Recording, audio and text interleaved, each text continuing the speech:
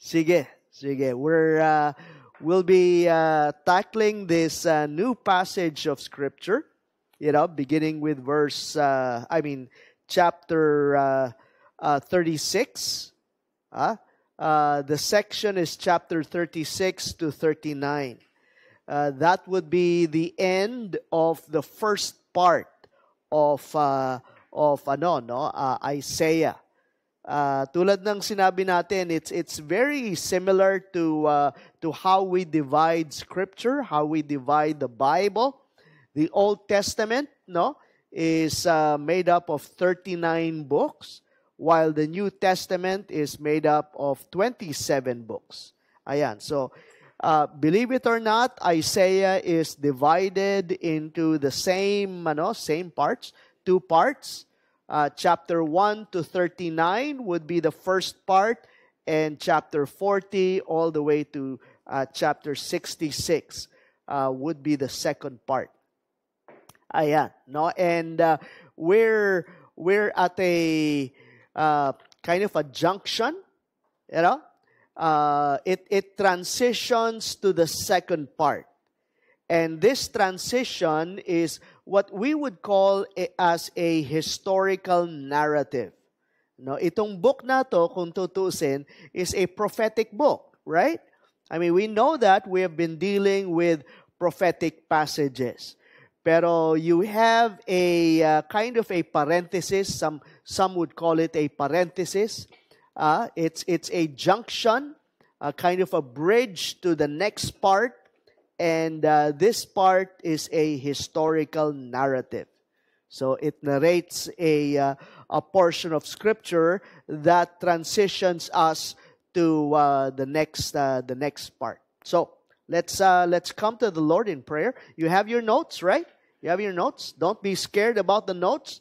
I mean, it has 4 pages, pero we can no problem with that. We'll be dealing with this part within the allotted time.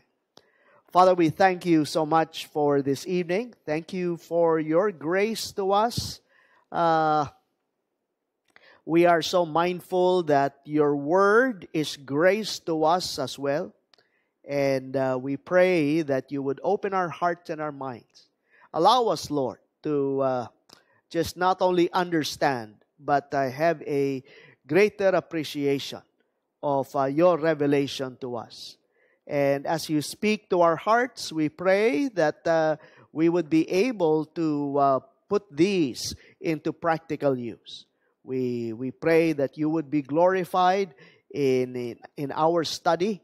May this be life-changing, this passage of Scripture. So we entrust to you these things in Jesus' name. Amen.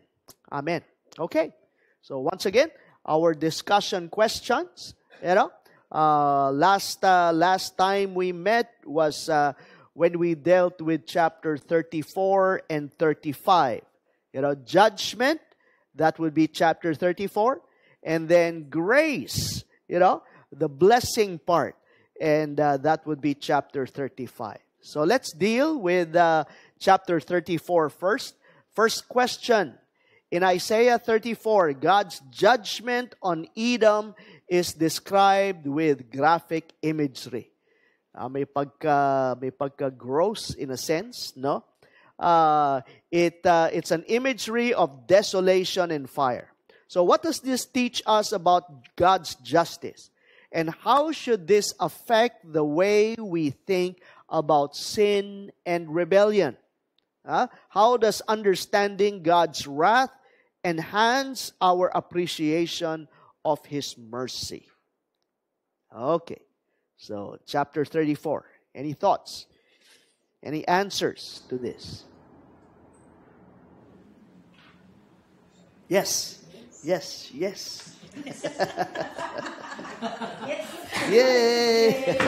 Kailangan may celebration. Yan lang ang ginawa ko. It reminds us of that God takes sin seriously. That's right. And His holiness demands accountability. Mm-hmm. Mm-hmm. True, true. The justice of God is not really an appealing discussion. Would you agree with that? You know? Kasi, syempre, it speaks of condemnation, the wrath of God being poured on man and all that. No? Pero it is part of the nature of God. Would you agree with that? It is who God is. And sometimes we have a warped understanding of who God is. Oftentimes, we simply want the appealing attributes, compassion, mercy. And certainly God is this, we don't want to demean that as well. Pero hindi lang yun eh. I mean, we must have a complete image of who God is, right? And so the justice of God is something that I would say balances our view of who God is. Other thoughts? Yes. It's sure. So, kunyari, kala ng the offender may think that he may have gotten away with it, but in due time, he will. True. The person will experience yung judgment of God. Right. Especially when it speaks of the coming of Jesus Christ in order to bring about His judgment. The Bible talks about an appointed time for that, right? An appointed time. So there will be judgment. And you're right. It is sure as much as it is severe. No? Any other thoughts? Yes.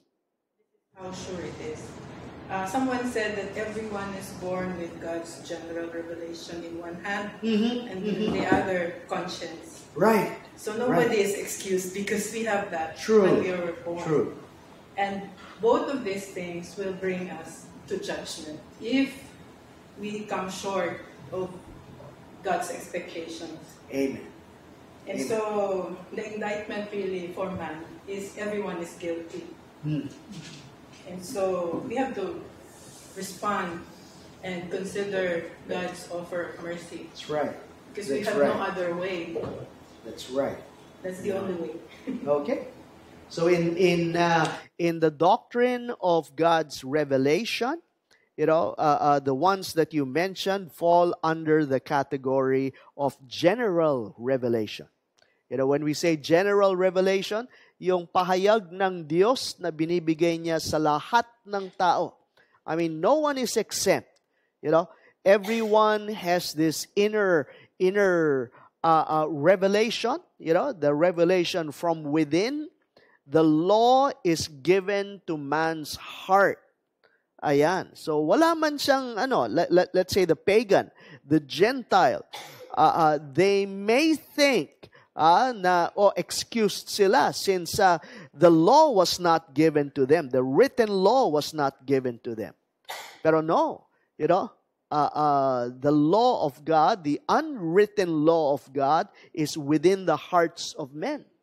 Plus, add to that, the revelation through creation.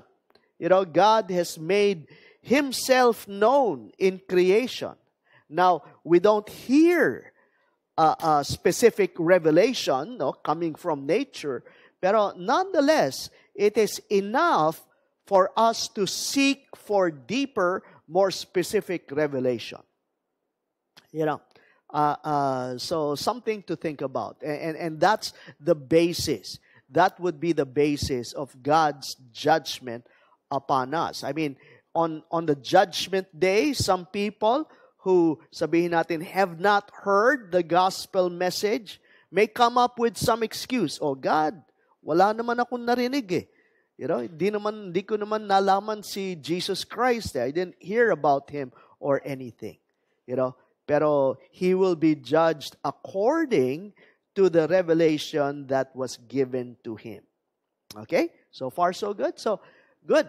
Good thoughts coming from number 1. Let's come to number 2. And this time, chapter 35. The good part Ayan, one that speaks of grace. 35 paints a picture of hope, healing, and joyful restoration. In what ways do we see this chapter pointing forward to the ministry of Jesus Christ? And the ultimate restoration in the new creation. So how does Isaiah 35 encourage you in seasons of spiritual dryness or difficulty? Some practical question as a follow-up. Any thoughts? Yes. All our sufferings and difficulties in life is just temporal. And we should look forward to the hope and the new creation, because that will give us hope, and we should be excited about that because para bang ibang may katapusan na yung mga paghihirap natin. That's true. So while siyempre, it's easier said than done, no? Pero nonetheless, we always have to fix our minds on that, on the future. So ito, yung ating tribulation, panandalian lang. Kung talagang tutusin. Everything is temporal. Would you agree with that? Everything. And our minds have to be fixed on what is ahead. Other thoughts? Some thoughts? How does this point to Jesus Christ? How does Isaiah chapter 35, the picture of hope, point to the ministry of Jesus Christ?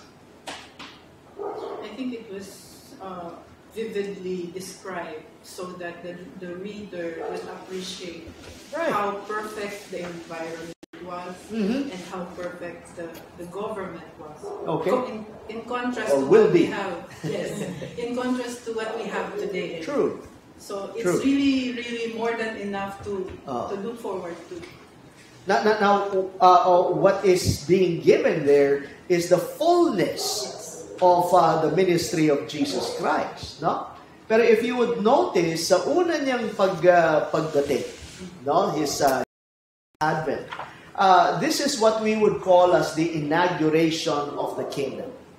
No, the inauguration of the kingdom. And didn't Jesus Christ give us a foretaste of what is ahead? Di ba? I mean, He healed, didn't He?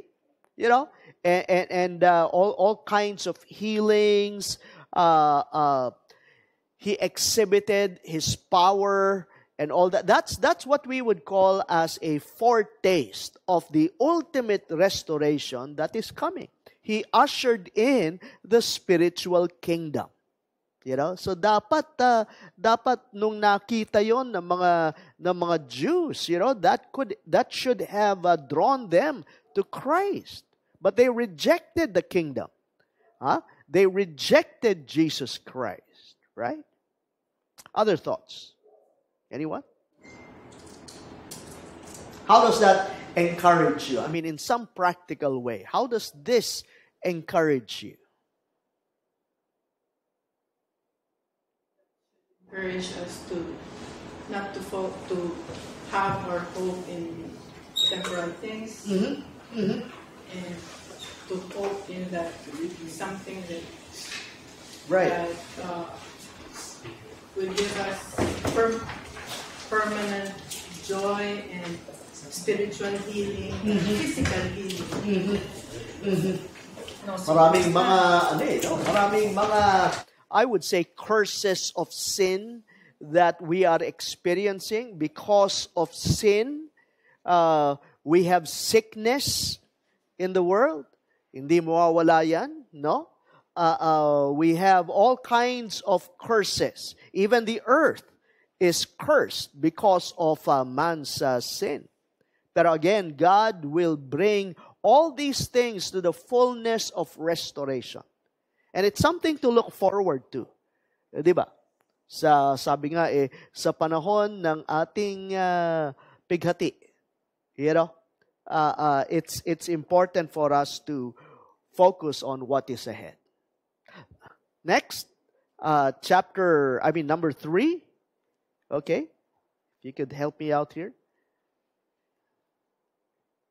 There you go. The contrast between Isaiah 34 and 35 is quite vivid, very stark. Judgment for the wicked and joy for the redeemed.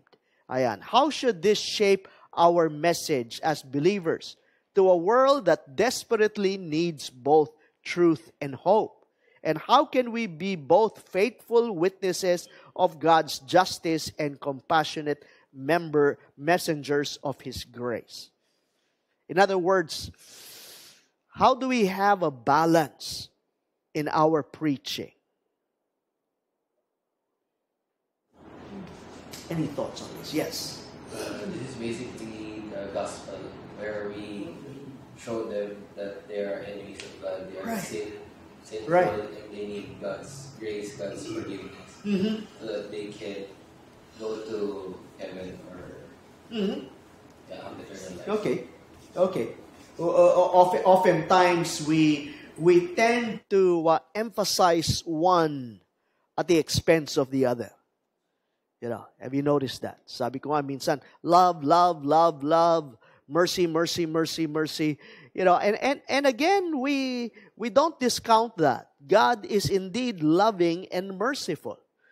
Pero minsan, you know, sabi nga, when we overemphasize this, people begin to picture God as this, this grandfather, you know, who is out to spoil his children. Ayan. You know, all we think about is love. You know. So, again, a balance even in preaching is important. No, we talk about mercy, we talk about compassion, yes, and that's made available, but it's made available to those who would repent of their sins and turn away. Otherwise, there is judgment. Would you agree with that? There is judgment. And it is not unloving for us to talk about judgment. In fact, it's one of the most loving things that we can talk about. Di ba? I mean, just imagine kung may mahuhulog sa bangin. And you say nothing about that. Kasi sinasabi mo, oh, I don't want to offend that person. Kind of a weird example. Sorry, ha? Pero, di ba? It's something like that, no? The fact that we are warning people is one of the most loving things that we can do to them. No? Oo. Tinatakot mo lang. Oo. Sa impyerno. Oo. Yeah. You know? May naalala ko sa sa Proverbs. Sabi sa Proverbs, an enemy multiplies kisses. Think about that, no? Ganda ng imagery, no? An enemy multiplies kisses. While a friend, sabi niya, tunay na friend, ano yun? Hurts. You know, yung kanyang reproof hurts. In other words, a true friend will go to the extent of telling you what is true, even if it hurts. I mean, treasure friends like that. Kaysa sa yung, sabi nga, enemies multiplies kisses. Yung bang flattery. Okay ka. Oh, you're doing well. Oh, you know. Even in preaching, there are preachers like that. You know. Jeremiah calls them pillow preachers. You know, preachers that make people comfortable when in fact there is danger ahead. Okay? So I hope that that reminds us of the message of chapter 34 to 35. Ngayon naman, we enter into a new section, as I've mentioned, and that would be starting from chapter 36. This new section number 7, you know, is a historical parenthesis. Sabi ko nga, the distinction is itong bahagi na ito up to up to chapter 39 is what we would call as a historical narrative. You know, para siyang yung first 17 books of the Old Testament, narrative, pagkukwento o pagsasalaysay. A historical parenthesis teaches how Judah escapes Assyria due to God's sovereignty over the nations. But it also leads us to the second part. And what's the second part? That would be Judah being taken on into exile by Babylon. You know, naka-escape nga siya ng Assyria. Pero siya naman would fall into the hands of the Babylonians for trusting alliances more than God to introduce Babylon in chapters 40 to 66. So, if you recall, this would be the second part, chapter 40 to 66, and that speaks more of Babylon. Chapter 1 to chapter 39 speaks more of Assyria. You know? But this one talks about Babylon. And chapter 36 to 39 is that bridge, kind of a parenthesis. It leads us to the following section. And we'll be having 2 meetings for this. Pero the stories, for some of you who have gone through the Old Testament, this may be quite familiar. You know? So maganda if you can share your reflections on this. So the first part, chapter 36 to 37, Hezekiah's salvation from the immediate Assyrian threat under Sennacherib demonstrates God's sovereignty over the gods of the surrounding nations and Assyria. Naalala niyo yan? You know, this would help us recall to mind, you know, itong story na ito. So these chapters are dramatic historical narrative inserted into Isaiah's prophecies. Tapos, if you would like other cross passages, you know, to validate this, halos pareho din ang sinasabi sa 2 Kings chapters 18 to 19 and also 2 Chronicles chapter 32. So can you see how Scripture coincides? No, can you see how Scripture harmonizes with each other? Ganda, no? You know, it is simply one story. Okay, so let's look at the threat to Jerusalem. Makita natin yung narrative dito, the arrival of the Assyrian army. You know, we've seen this in a number of prophecies, pero ito yung historical narrative. In the 14th year of King Hezekiah's reign, Sennacherib, king of Assyria, attacked all the fortified cities of Judah and captured them. So, here we see the mighty Assyrian Empire, the Assyrian army, you know, going southwards in order to conquer much of the land. No, sabi ko nga, itong Assyrian Empire was such a huge empire. You know, it stretched all the way down to not only Egypt. You know, yes, it conquered Egypt, but even to Ethiopia. Down to, ano bang nasa ilalim? Somalia? Or what? You know, na-conquer niya yun. No? So it was a massive empire, really. So it captured all of them. After all that Hezekiah, sa 2 Chronicles chapter 32. Can we read that? Let's read it all together. After all that Hezekiah had so faithfully done, Sennacherib, king of Assyria, came and invaded Judah. He laid siege to the fortified cities, thinking to conquer them for himself. So, halos pareho din. Pero I want us to notice one thing. You know, the writer of Chronicles mentions here that Hezekiah faithfully had done all these things.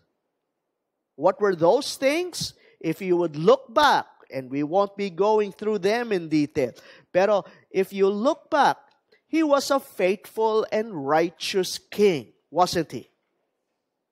You know? Tapos, ito pa yung puntos kung saan umatake si Sennacherib. When he was so faithful to God. Think about that for a while. Let it sink in. Gusto ko lang ma-recount sa atin, no, yung mga pinaggagawa ni nakabutihan ni Hezekiah. Pansinin natin. Religious reforms. You know, he instituted religious reforms. Restoration of worship. Naalala niyo yung ama niya? Si Ahaz. Pag Ahaz, masama. So, restoration of worship. Passover celebration, he reinstituted the Passover celebration. Removal of idolatry. Ayan, marami siyang mga shrines na he has broken down. He organized the priests and the Levites. There you go. Di ba okay yun? Di ba okay yun? Now, think about this, no? It was at this time when Sennacherib attacked Judah. Some of your thoughts. To humiliate the God of Israel. Okay? Yes, that's true. That's what I... That's true. Oo. Mamaya, pag yung taunt na ginawa ng commander, no? That's part of it. Pero, isn't there something wrong with this scenario? Not really wrong, pero from a human perspective, di ba? Di ba? Parang to discredit Hezekiah and what he's doing, na parang instead of look at you, parang ginawa mo lahat, pero think about this. Hindi alam na Assyria yung mga pinagagawa ni Hezekiah. The Israelites, yun ang iisipin nila. Sure. Because they know. Let me just share with you some practical applications here, no? Some lessons to learn. Una, faithfulness to God does not exempt us from trials. Let that sink in. Ako, may kaibigan, huwag nyo lang i-share tong storya na to. I won't mention his name. You know? Pero this is true. You know, when nagkukwento siya, he was pouring out his disappointments to me. Tapos alam niyo sinabi niya? Sabi niya, nagbibigay naman ako sa church siya. You know? I mean, perhaps nasabi niya yon out of frustration. May mga times na as a counselor, tahimik ka na lang. Huwag ka na lang magsalita ng I mean, you know when, di ba? And I was kind of, you know, I know where that's coming from, pero at the back of my mind, bakit? Kapag faithful ka ba, dapat hindi ka dapat exempted ka? Are you following what I'm saying? And sometimes we have that mindset, that idea na faithfulness to God exempts us from the trials. No, that's so wrong. It does not. It does not. You know? Remember what it says, no, in the Gospels. Sabi niya, God lets the sun shine on both the righteous and the wicked, and He lets the rain to fall on both the righteous and the wicked. In other words, regardless of what we are spiritually speaking, you know, both righteous and wicked go through all kinds of trials, don't we? You know? Another, great faith is often met with great opposition. Pastor, ano ibig mo sabihin? Di na tayo maging wag na, parang discouragement yan. No, not necessarily. Pero just for us to reflect, now when we decide, to put our faith in God, oftentimes we think, everything would be fine. Everything would be all roses. May nag-share nga sa akin, Pastor, simula nung naging mananampalataya ako, mas tumindi yung aking mga... He wasn't complaining. He wasn't complaining or what. Pero that's reality for you, right? You want to share something? Parang may share ka. Nakalimutan yung una kasi. Pero pangalawa na lang, sige. Okay, sure. May napanood kasi ko sa social media. Ang titiri, parang panahon ni Spurgeon ba? Dumating si Darwin sa panahon niya di ba? So marami mga believers na umalis. So ngayon, ganun din nangyayari. Marami nagkasabi tungkol sa... Ang nakataka lang ako, sa dami-dami religion, bakit yung Christianity ang titira? Baka tama to. Right. Nangyayari din naman sa iba yan. Bakit di iba? Pero bakit ang tinitira Christianism? Oo nga Something to reflect. Third lesson. Trials reveal where our trust truly lies. Mas naipapakita. Ang kagandahan dito kay Hezekiah, if we continue on reading the story, mas tumindi yung kanyang kapit sa Panginoon, di ba? And that somehow shows us the reality of our faith in Him. Minsan kapag okay lahat, when our life is all roses, parang, okay, I have trust in God, madaling sabihin yan. Pero what if we go through trials? Nandun pa ba tayo? Kakapit pa ba tayo? All the more. Fourthly, how about this? Can we read that? God's purposes are higher than our comfort.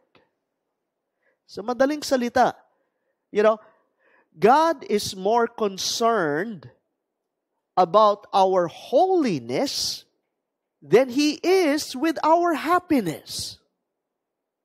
Think about that. We are quick to quote John 10:10. Kung saan, anong sabi ron? Jesus Christ came that we might have life, that we might have it more abundantly. And we say, dapat masaya tayo lahat. Dapat everything is okay. That's how we picture the abundant life. But we see that God's ultimate purpose is to bring us more and more into Christ-likeness. And think about this also. For us to be molded into the image of Christ, doesn't that take a lot of trials and tribulations? Tama ba? Kaya mahirap yung panalangin na make me like you. Lord, make me like you. Okay. Totoo ka ba? Totoo ka ba sa iyong panalangin? Kasi sasagutin ng Diyos yan. James. Hindi naman ganun. Sa James sabi, consider it all joy. My brothers, whenever you encounter trials of many kinds. Bakit kako? Bakit sabi ni James yun?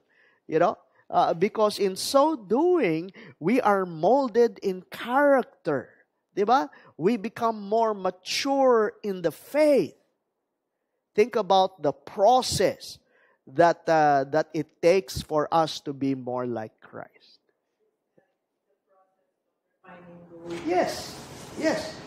Minsan lang nga, akala natin panay happiness. We're so engrossed with our happiness, that we fail to realize that God's purpose is higher than our happiness or our comfort. So some thoughts from this. Verse 2.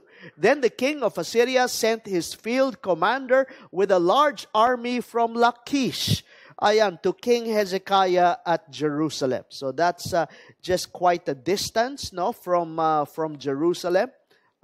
Yan ay mahalagang fortified city, itong Lachish. So after he conquered that, alam natin ang susunod dyan, Jerusalem. So when the commander stopped at the aqueduct of the upper pool on the road to the washerman's field, ang susunod dyan, Eliakim, son of Hilkiah, the palace administrator, Shebna, the secretary, and Joah, son of Asaph, the recorder, went out to him. So minit niya itong commander. Si, I forgot his name. Mamaya, ano natin. Ano? Rabkesh. Oo, parang ganon. No, it's not mentioned here, but it's mentioned in some other passage. So the field commander said to them, "Tell Hezekiah, this is what the great king, the king of Assyria, says.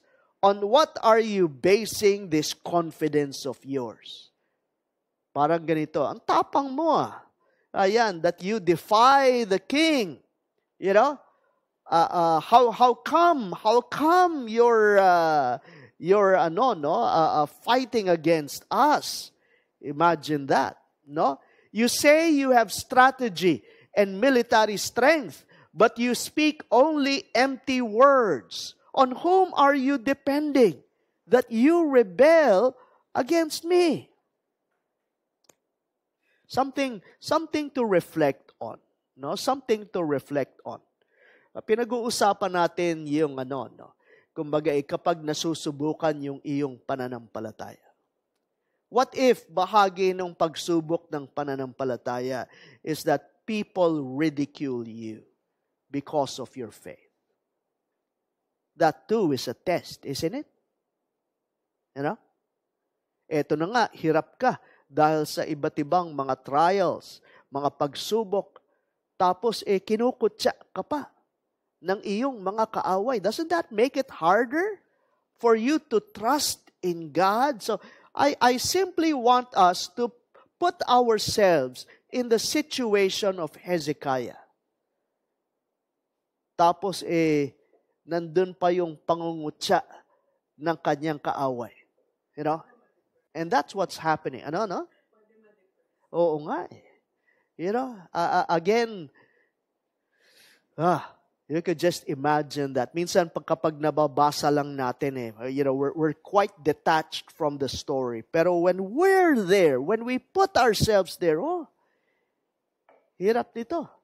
You know, sabihin natin you encounter some tragedy in life. Tapos, here's this friend. Not really a friend. Pero, you know, this friend, kasi ikaw, born again ka pa Ayan. Something like that. You know? Look now, you are depending on Egypt. That splintered reed of a staff which pierces a man's heart and wounds him if he leans on it. Such is Pharaoh, king of Egypt, to all who depend on him. So yan ang pangalan niya. Rabshakeh. Rabshakeh.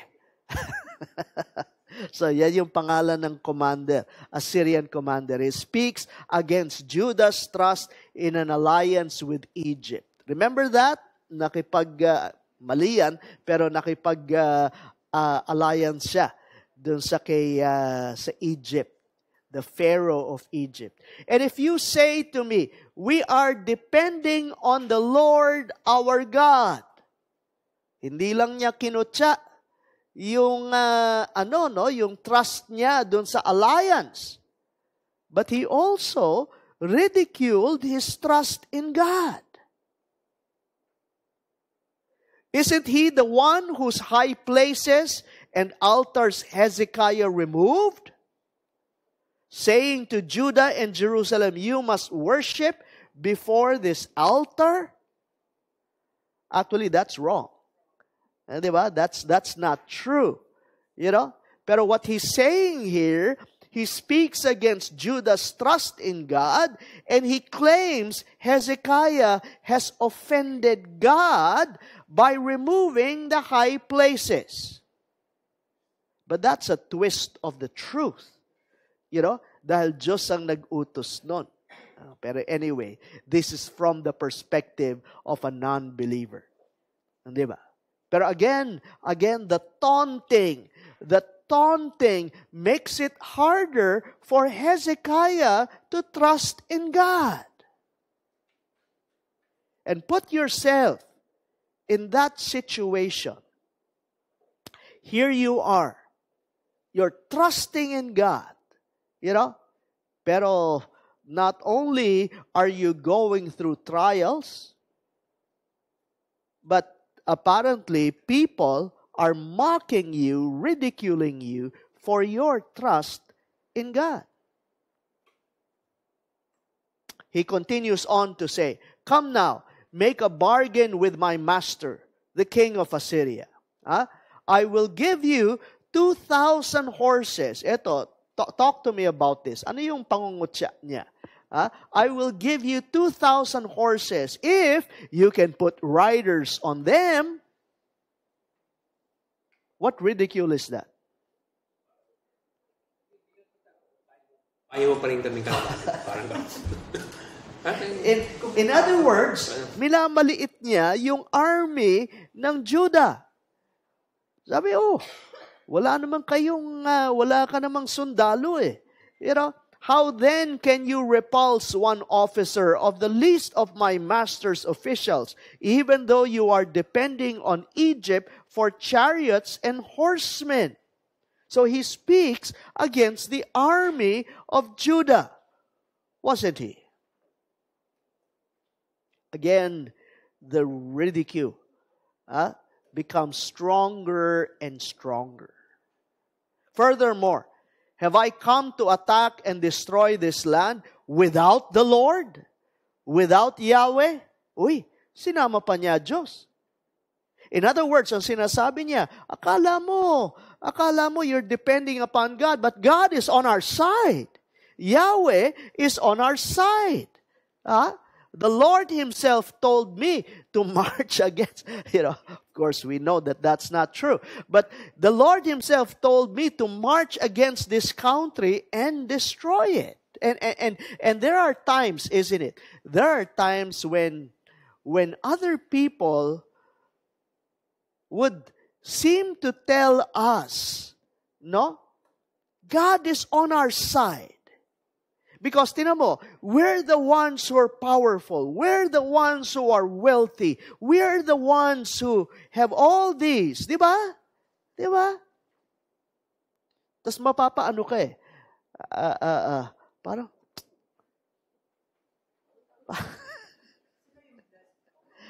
di ba sila yung blessed eh. Kasi, okay sila eh. Again, parang mapapapaniwala ka. When you're ridiculed this way. He tells them that the Lord God of Israel is on his side. Then, Eliakim, Shebna, and Joah said to the field commander, may request sila, please speak to your servants in Aramaic. Now, Aramaic is kind of a Gentile language. At ito yung diplomatic language of the time. No, this is more of a trade language, a lingua franca during this time. Of course, the Jews would speak in Hebrew, Pero, believe it or not, yung kanilang conversational language is that of Aramaic. That of Aramaic. So sabi niya, please speak to us in Aramaic, since we understand it. Don't speak to us in Hebrew. So si whoever that guy is, ano ulit? Yon. He was speaking in Hebrew, the language of the Jew. So don't speak to us in Hebrew in the hearing of the people on the wall. But the commander replied, what did he say? Was it only to your master and you that my master sent me to say these things and not to them sitting on the wall? So ang kanyang mensahe, ang kanyang purpose was to speak not only to Hezekiah, but in fact to scare, everyone in Jerusalem. Again, doesn't that make it hard for Hezekiah to trust in God? Think about that. Here you are, mastering faith to trust in God. Kaya lang yung mga kasama mo nayayanig. Are you following what I'm saying? Natatakot sila. Sila yung natatakot. Give in na lang tayo. Give in na lang. Who like you will have to eat their own filth and drink their own urine? Then the commander stood and called out in Hebrew. Kinausap niya mismo yung mga tao. Hear the words of the great king of Assyria. This is what the king says. Do not let Hezekiah what? Deceive. Niloloko kanyan ni Hezekiah. He cannot deliver you. Again, you're someone who is sitting on the wall. Kita mo yung army ng mga Assyrians. Di ka ba matatakot? No? Tas ito yung commander taunting you, ridiculing your own king. Diba?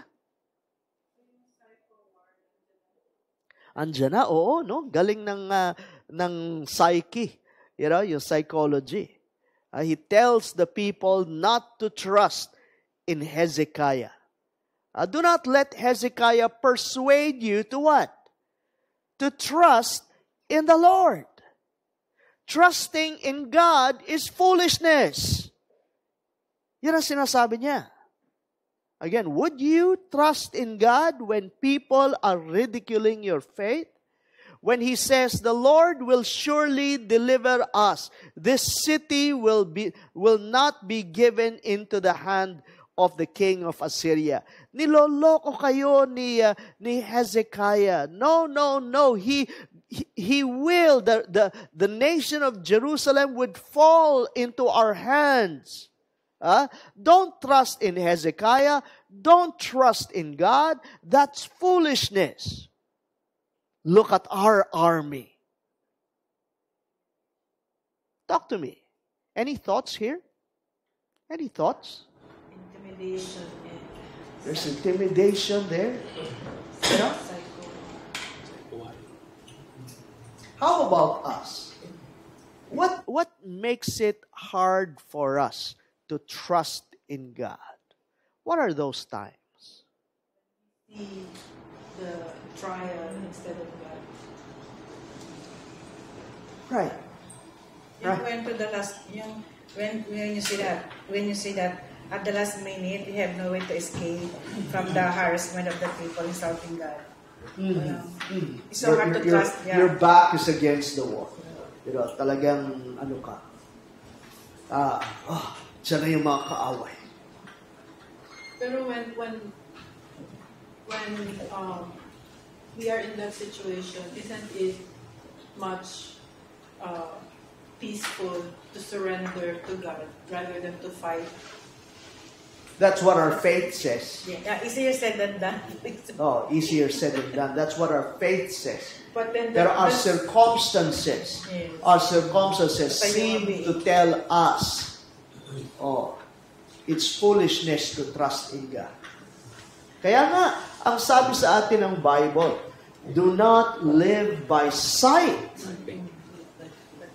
but live by faith. Diba? Kasi here's what we see. And oftentimes, what we see runs contrary to what God says. The reason why we are brought in that situation, God allowed it so that we can grow in our faith. Exactly. That's the very purpose of it. And what's faith all about? Diba? What's faith? Trusting, not seeing. It's trusting in things that cannot be seen. Again, something to think about. Do not listen to Hezekiah. This is what the king of Assyria says. Ito pa. This is what makes it hard. Make peace with me. Oh, sabi. No? So nag-aanyaya pa yung king of Assyria. Oh, make peace with me and come out to me. Then every one of you will eat from his own vine and fig tree and drink water from his own cistern. Oh, ibig sabihin yan. As Assyria, the king of Assyria will let you live. Huh? Until I come and take you to a land like your own, a land of grain, a new wine, a land of bread and vineyards. I-exile namin kayo, pero dadali namin kayo sa isang magandang lugar. Oh, eto mga kakanin niyo, etc., etc. Oh, yes. Yes. And that's how the enemy works, doesn't he? That's how the enemy works. Makes promises na kung talagang tutusin, these are all lies. Do not let Hezekiah mislead you when he says the Lord will deliver us. Has the God of any nation ever delivered his land from the hand of King Assyria? May kaya ba? Where are the gods of Hamath and Arpad? What's he saying here? Where are the gods of Hamath and Arpad? Where are the gods of Sepharvaim? Have they rescued Samaria from my hand? Who of all the gods of these countries has been able to save his land from me? You know what he's saying? Yahweh is no different from the other gods. Yun ang mali niya. He was not only taunting the king and the people of Judah, the kingdom of Judah, but he was taunting God himself. And he was telling the people that your God is just like other gods. And Yahweh is going to prove to him and to the Assyrians that he is not just like any other God. Tama ba? He counted Yahweh as just another God. That was part of his thought. But the people, notice here, remained silent. Nasisense mo yung takot ng mga tao. Doon sa sinasabi nung representative. The people remained silent and said nothing in reply because the king, Hezekiah, commanded them, do not answer him. Then Eliakim, son of Hilkiah, the administrator, Shebna, the secretary, Joah, son of Ashap, the recorder, went to Hezekiah with their clothes torn. And told him what the field commander had said. Now, how about this? How did Hezekiah respond? We come now to chapter 37. How did he respond? When King Hezekiah heard this, he tore his clothes and put on sackcloth and went into the temple of the Lord. Talk to me. What's his response? And how should we respond when we are confronted with trials and even mockery from our enemies? Any thoughts on this? Cry. Surrender yourself to God. Surrender all the problems to God. Right? The tearing of clothes would symbolize one's humility, doesn't it? This was an expression of deep mourning. Hezekiah sought God in prayer. Shouldn't we? Prayer, of course, ought to be our first recourse, not the last. Pero tayo, minsan naghihirap tayo. We go through the effort of doing things on ourselves, calling on everyone else except God. Pero sa kahuli-hulihan, saka tayo tatawag sa Diyos, no? Eliakim, the palace administrator, Shebna, the secretary, and the leading priest, all wearing sackcloth, to the prophet Isaiah, son of Amos. So notice, saan siya pumunta? Kay Isaiah. Who's Isaiah? Of course, the prophet. Now understand this, no? Na the word of God was channeled through prophets. Seldom, no, na ang mga tao may access sa written word. At saka halos kaunti pa lang yung written word dito, no. So what Hezekiah in fact was doing here was seeking God through his word. Because the prophet is the channel by which God gave His Word. Now tayo, we're privileged to have the written Word, the complete Word of God, don't we? You know? And again, talk about our recourse kapag tayo, whenever we're confronted with challenges in life, shouldn't we go to God first and foremost? Diba? Remember what Philippians says? Do not be anxious about what? Something? No, anything. Anything.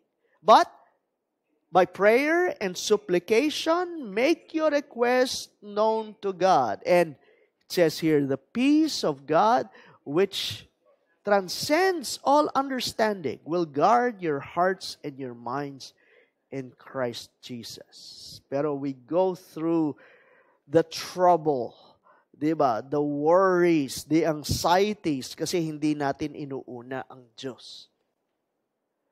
They told him, this is what Hezekiah says. This day is a day of distress and rebuke and disgrace, as when children come to the point of birth, and there is no strength to deliver them.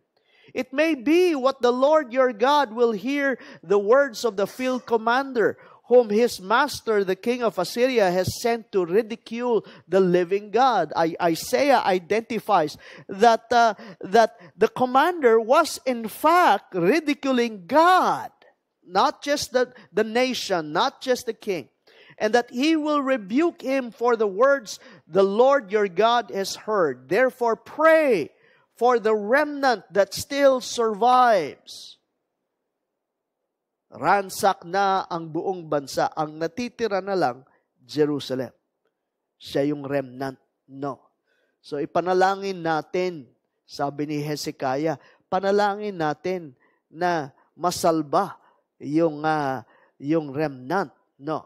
When King Hezekiah's officials came to Isaiah, Isaiah said to them, tell your master, this is what the Lord says. Don't you love that?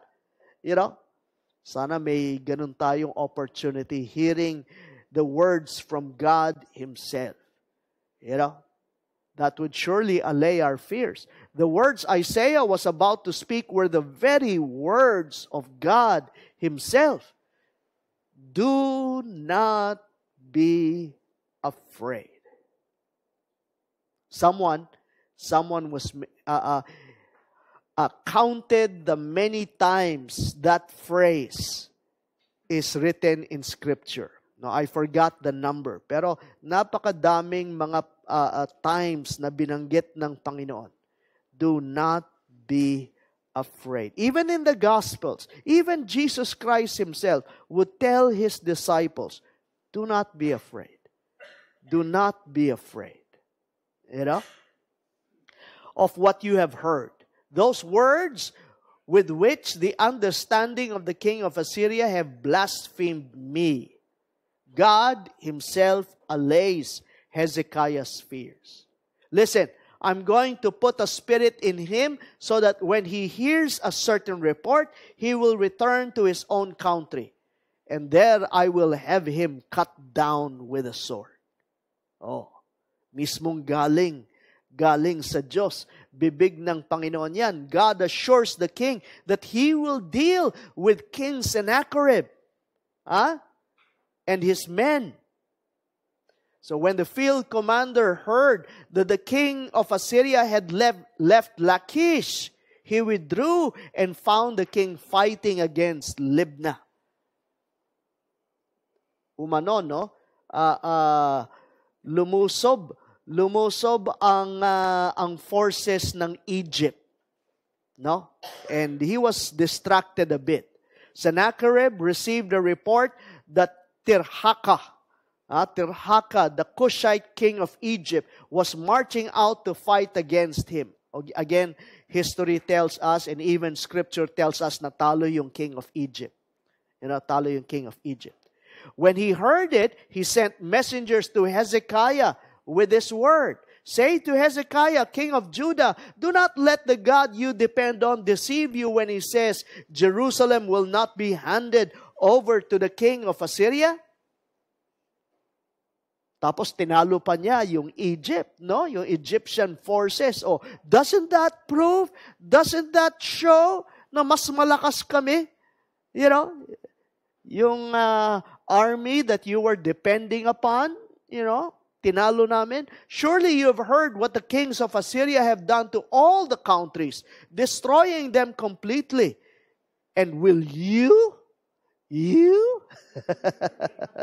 Sorry, you be delivered? Did the gods of the nations that were destroyed by my forefathers deliver them? And he mentions the places, Gozan, Haran, Reseph, and the people of Eden who were in Tel Assar. Where is the king of Hamath, the king of Arpad, the king of the city of Sepharvaim, or Hena, or Iva? Again, you have a first taunt and then a second taunt, which makes it even harder. So Hezekiah received the letter from the messenger and read it. Then he went up to the temple of the Lord and spread it before the Lord. I love what he did. Lord, pakinggan nyo. Tingnan nyo, basahin nyo itong mga sinulat ng messenger. We ought to bring our challenges to God because it is first and foremost His challenges. Again, something to think about, let's say, when we have challenges in church. Isn't the church His? And whenever there's a challenge in the church, whenever there's an issue in the church, it's God's issue, not ours. And so we bring the challenges to God Himself. Hezekiah prayed to the Lord, O Lord Almighty God of Israel. I love what he said. Enthroned between the cherubim, you alone are God over all the kingdoms of the earth. You have made heaven and earth. Kilala ni Hezekiah kung sino yung kanyang Diyos, no? God is the sovereign God who is in full control of all things. I love that. It's not only theology, it's not only academics, pero kung talagang tutusin, when we are confronted with terrible circumstances, it is our theology that will hold us. Nothing else. Kaya nga mahalaga, kilala natin ang ating Diyos. Hezekiah knew who God really was. He's sovereign. He is the creator. He is the true God. Do I hear an amen to that? At sana hindi lang ngawa. When we also are confronted with all these challenges, we could declare to our challenges, hey, our God, my God, is the sovereign God. My God is creator of heaven and earth. All things. He is the true God. Give ear, O Lord, and hear. Open your eyes, O Lord, O Yahweh, and see. Listen to all the words Sennacherib has sent to insult the living God. It is true, O Lord, that the Assyrian kings have laid waste all these people and their lands. They have thrown their gods into the fire and destroyed them. For they were not gods, but only wood and stone fashioned by human hands. I love this. Sabi ko nga, kilalang kilala ni Hezekiah ang kanyang Diyos. Oo nga, natalo yung mga Diyos-Diyosan ng mga pagano. Pero hindi naman mga totoo yan eh. Now, Yahweh, O God, deliver us from His hand, so that all kingdoms on earth may know that you alone, O Yahweh, are God. The passion of Hezekiah was to see Yahweh glorified. More than just being alleviated from his troubles. Tayo, iniisip natin yung sarili natin. Makatakas tayo mula sa ating problema. Di ba? Of course, who doesn't want that? Pero higit sa lahat, what we ought to desire more than anything else is to see God glorified through this situation. What would be the best way for Yahweh to be glorified? And that was the prayer. That was the prayer of Hezekiah. Then Isaiah, son of Amos, sent a message to Hezekiah. This is what the Lord, the God of Israel, says. Because you have prayed to me concerning Sennacherib, king of Assyria, this is the word the Lord has spoken against him. The virgin daughter of Zion despises and mocks you. The daughter of Jerusalem tosses her head as you flee. Parang gano'n, no? Yun ang mustra ko. You know, that, in other words, God is the one mocking them. You know? Who is it that you have insulted and blasphemed? Against whom have you raised your voice and lifted your eyes in pride? Ha? Sino ba kinukutsa mo? Kung talagang tutusin ang kinukutsa mo, ako, sabi ni Yahweh. You know, against the Holy One of Israel. By your messengers, you have heaped insults on the Lord, and you have said, with my many chariots I have ascended the heights of the mountain, the utmost heights of Lebanon. I have cut down its tallest cedars, the choicest of its pines. I have reached its remotest heights, the finest of forests. Yan ang mga pinagyayabang, you know, ng hari ng Assyria. I have dug wells in foreign lands. That talks about ownership. When you dig wells, that land becomes yours. And drunk the water there with the soles of my feet. I have dried up all the streams of Egypt. Have you not heard? Long ago I ordained it. In days of old I planned it. Akala mo ba ikaw yung gumawa ng lahat ng ito? How sovereign is God? Even the victories of the Assyrian army, the Assyrian Empire, is the doing of God. Imagine that. Nations rise, nations fall. All because of God ordaining it. In other words, that's how sovereign our God is. In the days of old, I planned it.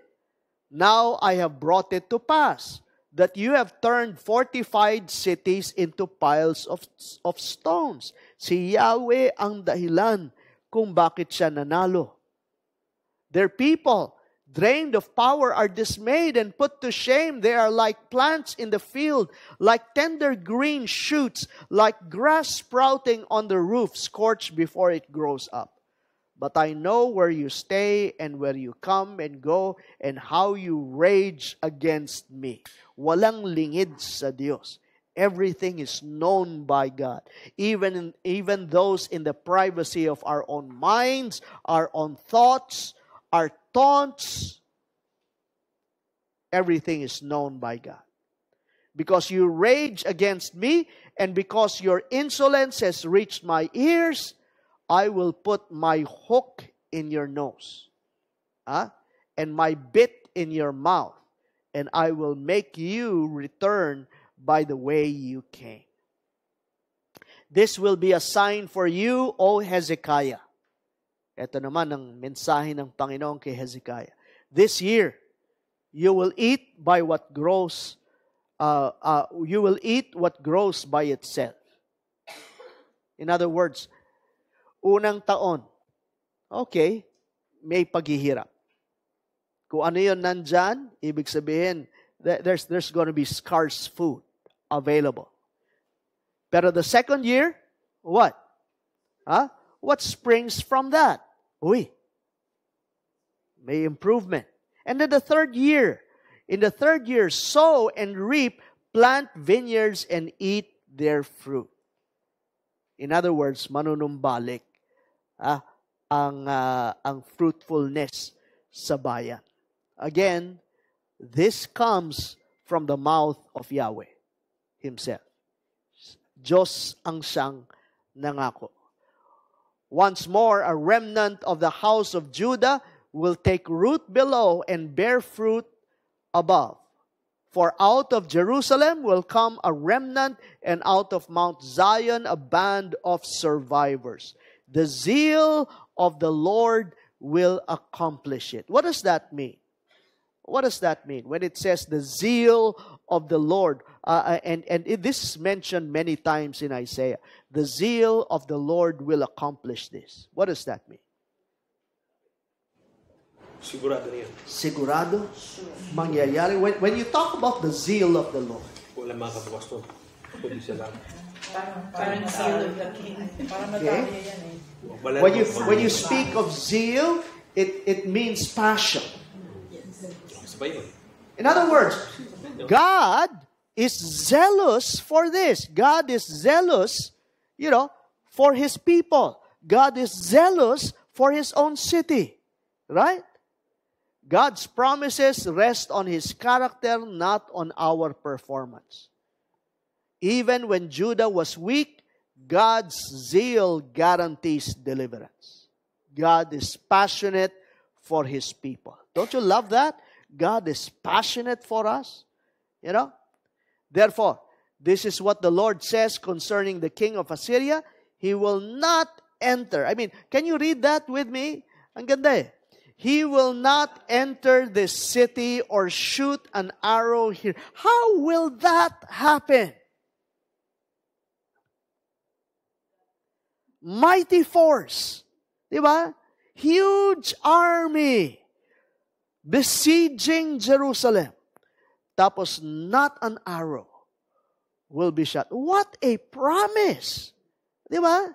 What a promise. Continue on.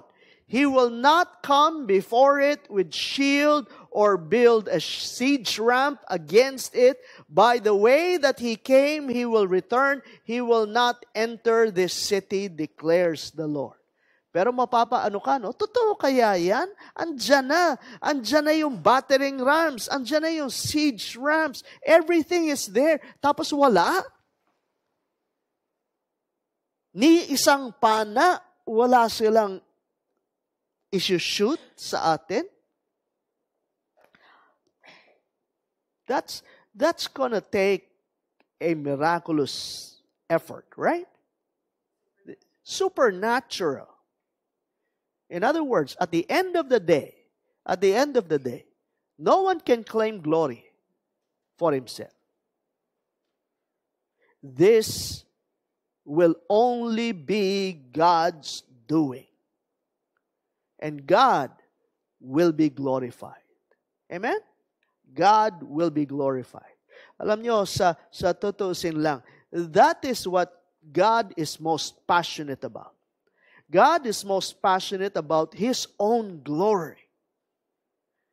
He wants to see Himself glorified more than anything. I will defend this city and save it for my sake and for the sake of David, my servant. Notice, what's the motivation of God? The motivation of God is His own faithfulness. Nangako siya kay David eh. And of course, this was years back, many years back, when He made this covenant with David. Sabi niya, ipe-perpetuate ng kanyang anak yung Davidic dynasty for all eternity. This cannot be revoked for my sake. So no matter what happens, even if the Israelites were unfaithful to God, God's covenant with Israel will never be revoked. That's unilateral, that's unconditional, isn't it? Lastly, mahaba, no? Pero mabilis lang. Madali lang. Read this, please. Read this. Then the angel of the Lord went out and put to death 185,000 men in the Assyrian camp. When the people got up the next morning, there were all dead bodies. Whew. The miracle there is nakatulog sila. I don't know how. You know what? Up to now, no one even knows what happened. Pero is this true? Alam nyo, I mentioned this before. Merong na-discover na ang tawag is Sennacherib Prism. That's an archaeological discovery. Sennacherib Prism. And it records the exploits of Sennacherib. Ang dami niyang kinonquer. Nakasulat doon sa Akkadian. Nakasulat doon lahat ng mga kinonquer. Thus, he mentions Jerusalem. He mentions Jerusalem. That they were able to besiege Jerusalem. But there is no record of them subduing Jerusalem. Of course, I must admit, hindi nakasulat doon na pinatay ang kanyang army. Kasi nung araw, ang mga nagdo-document, hindi sinasabi yung baho o yung talo ng hari. Di ba? Yan ang difference eh. Hindi binabanggit doon. Pero that validates, historically, that validates the story. They weren't able to conquer Jerusalem. Imagine mo, na-besiege nila, na-surround nila, tapos biglang wala. Hindi nila na-conquer. Buti nga, sinulat pa nung kung sino man nagdo-document nun eh. Di ba? Some thoughts on this? That I don't know. An angel? God Himself? Sometimes kasi pag binanggit ang angel of the Lord, an angel of the Lord may be a reference to the second person of the Trinity. Sometimes, of course, hindi pa kilala si Jesus Christ as Jesus Christ during the Old Testament. But many times, not always, pero many times, when you see the term angel of the Lord, in the Old Testament, that has reference to the second person of the Trinity appearing in the Old Testament. So here we see God Himself killing all the armies of Assyria. You were going to say something. Perhaps a foreshadowing of God's judgment on the earth. Di ba? Easy. Ganyan. You know? So can you sense how powerful God is? You know? Sabi sa book of Revelation, with simply His appearing, He will destroy His enemies. Just His appearing. Pero nagpakababa pa siya, no? Ibang klase, no? Ang hirap gawin. Pero sa secular records, meron daw, Pastor, record of that event. I don't know. Sabi ko nga sa Sennacherib prism, you know, kasi ang mga Assyrians madaling I mean marami silang mga records eh. You know, pinagyayabang nila eh. You know, pero there's no record. There's a record of besieging Jerusalem, but there's no record of them you know. Nag-record. Kasama siya napatay, kaya di na nasulat. Siguro. Ito pa, adding insult to injury. You know, Sennacherib, king of Assyria, broke camp and withdrew. He returned to Nineveh and stayed there. Tapos one day, while he was worshiping in the temple of his god Nisroch, isn't this ironic? Sinasamba pa niya ang kanyang Diyos during that time. His sons, Adramelech and Sharezer, cut him down with a sword. Doon pa siya pinatay kung kailan sumasamba sa kanyang Diyos. And they escaped to the land of Ararat. And Esarhaddon, his son, succeeded him as king. Kasi ininsulto niya ang Diyos eh. Yung grandson diba? Talaga. Parang sige nga, you know, taunt God. And that taunt will return back to you. Some questions? Some thoughts? Insights on the matter? Sabi ko nga, it's quite simple. It may be lengthy. Took me 4 pages to write down the passage, you know, pero many of us know this. So, sinordin niya yung mga anak ni, ano ba yan? Nis, diba? Napatay siya. So, may kasalanan pa yung dalawang anak niya. Who's this? Sennacherib himself was killed by his own children. Sakit, no? Diyos ang nag-utos ng pastor? Well, this is God's ordination. That's His judgment. Yes. So pwede ba natin, tayo, nangyayari sa atin yung mga, although hindi tayo si Hezekiah, no? Doon na tayo sa mga bandang tindigod-digod lang. Pwede ba natin akuin or ariin o i-own yung promises dyan sa Isaiah bigay mo sa atin. Kasi God hindi naman nagbabago, di ba? So yung word niya pareho lang. So yung nangyayari, pareho din nangyayari sa tao. So ibig sabihin, pwede ba sabihin sa Diyos kayo mapapahiya niyan, hindi ako. Kasi reputation niyan. Sure. Parang ganon, di ba? Sure. Well, God saves us through many ways. Di ba? Naalala niyo yung sinabi ni Shadrach, Meshach at Abednego nung sila trineten na itapon sa apoy. You know?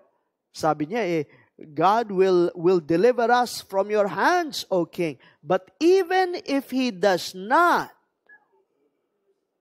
we will not worship your God. Sa madaling salita, nandun yung nandun yung openness natin. I mean, we will be delivered one way or another. If He does that by our own death, through our own martyrdom, that too is salvation for us. Tama ba? Puntos ko lang, alam nyo, may mga particular na mga pangako na ibinigay ang Panginoon. Sometimes, habang binabasa natin ang scripture, we have to understand, kanino ba pinangako to?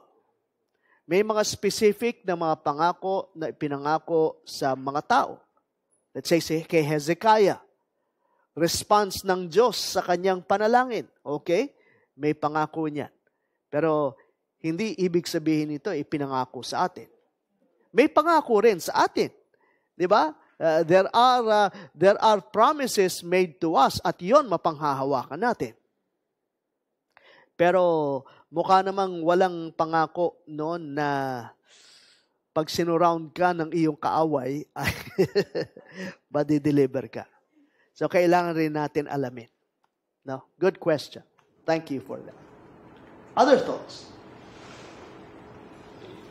Some insights. Meron bang epekto sa atin? Anything that you may want to share here? So yung judgment ng Lord, kasi alam natin na eventually ang Judah will be invaded by Babylon. But then because of Hezekiah's faithfulness, they were temporarily rescued from Assyria. So God really hears someone who repented. And by that, parang since leader siya, damay ang buong nation. His repentance and That's right. devotion to God saves the nation. Right. Yeah. So ang prinsipyo dito mahalaga yung leader eh. 'Di ba? Pag sure, a church. You know? That's something. That's right. Good thoughts. Other thoughts? Kaya lumapit na sa Diyos kasi mayroon ng siege. Parang gano'n. Parang tayo. Despite, di ba, okay naman tayo. Tapos may dumating ng mga problema ganyan. Tsaka tayo, bakit ito? Tsaka tayo lalapit pang ganyan. Yun nga eh. Kaya ako sinimulan with what Chronicles says. No? After he did all these things, saka nagkaroon ng mga ganitong mga bagay. Di ba? Parang, you know, kung kailan siya gumawa ng mga kabutihan, you know, sometimes we see something wrong in that scenario, don't we? I don't think it's wrong. No, sorry, that's just me. I'm just saying lang kasi parang as we go through and deepen our faith, That's right. we always pray, Lord, let me become like you. And that's scary. Because as we learn to trust, God gives you what you prayed for. That's right. Problems. That's right. Kasi if you want to deepen or to become a lovable person, you want to be more loving, God gives you unlovable people to face with, right? If you want patience, God gives you a lot of problems to stretch that. So, if I'm looking at 34, 35, the questions a while ago, 34, 35, 36, 37. So 34 is like dealing with our sin, and we repented. On 35, we get restored, and you seek Christ.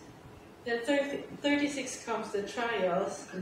So is what you're saying true? Are you really faithful to the Lord? Then, if I am faithful, 37 comes, Lord, pag hindi ko na kaya, vengeance is yours. I like the pattern. I like the pattern you're pointing at. If I cannot do it, then that's victory, and God is glorified. Amen. Amen. In the end, that is what God is most passionate about, His own glory. You know, to see His name magnified through our circumstances. Right? For us to surrender everything to God. Whatever happens, good, bad. So, your doing or your undoing, your faithfulness, your unfaithfulness, all comes back to 37 wherein you surrender everything to God. God, you cannot do anything. You sin, you do things right, but in the end, everything is in God's hand. And that's when God works wonderfully. When we cannot do anything. And we approach God, we pray to God to ask for help or to just surrender everything to Him. Sure. The Because word is surrender. yeah, It's really surrender. Hindi, sometimes, diba? Oo nga, pinipilit mo. Kasi natin magsurrender. Sumusunod ka. Kaya lang, at the end of the day, matatalip ano ka eh. Abagsak ka, hindi mo kaya talaga yung isa. Kasi hanggang saan ka na bibigay. Eh, bibigay ka rin naman bandang mo. So, talagang... Pero ang kagandaan nito, nandun ang Panginoon. Para to rescue us, to deliver us, kahit na mahina tayo, nalalaglag tayo from time to time, siya yung umaalalay sa atin. Minabalik ka lang. Siya yung bumabalik sa atin. Di ba? And that's the story of our life. Is it? We were sinners. We could not do anything to save ourselves. Pero ang kagandahan nito, Christ died while we were still sinners. And God made us righteous through Him. Anyway, cameras, just for next week. Isaiah 36, the Assyrian commander mocks God, tries to undermine the people's trust. What tactics does he use to instill fear and doubt? Pag-aralan natin yun. Let's talk about our own spiritual warfare. Diba? How does the enemy work in order to weaken our faith? Do we see similar strategies used by the enemy today? How can we guard our hearts and minds against fear and deception? Number 2, when faced with a national crisis in Isaiah 37, Hezekiah brings his concerns before the Lord in prayer. What does this response teach us about how to handle overwhelming challenges or threats? How can we develop the habit of turning to God first rather than making Him the last resort? Thirdly, Isaiah tells Hezekiah, because you have prayed to me. I love that. You have prayed to me. Very significant. What does this reveal about the power and significance of prayer in God's plans? Share a time when God responded in prayer in a surprising and powerful way. Perhaps you could share a testimony about that. Okay? Did you learn something tonight? Next week we'll be continuing with the second part. Another miracle takes place. Pero anyway, this would lead us to the part of the Babylonians. Kaya nga sabi ko, this is a bridge. This is a parenthetical part, that would lead us to part 2 of the book of Isaiah. Okay? Let's pray. Father, we once again thank you. These are words, yes, but not mere ink. These are true people, true exploits, real things that have happened in the past. We thank you because your word is true. And we can always depend upon your words. Thank you that you are our sovereign God. You are creator of the universe. And thank you that you are worthy of our trust, our obedience, our worship. Teach us, Lord, to trust in you. Help us, Lord, that in the midst of our challenges, we would cling to you more. Help us. And may you be glorified in and through our lives. We pray, Lord, that by answering our prayers, we would not only be taken out of our problems. But more than anything, we would see your name magnified through answered prayers. So we thank you. We pray that you would lead us to our own home safe and sound. And we pray all of these in Jesus' name.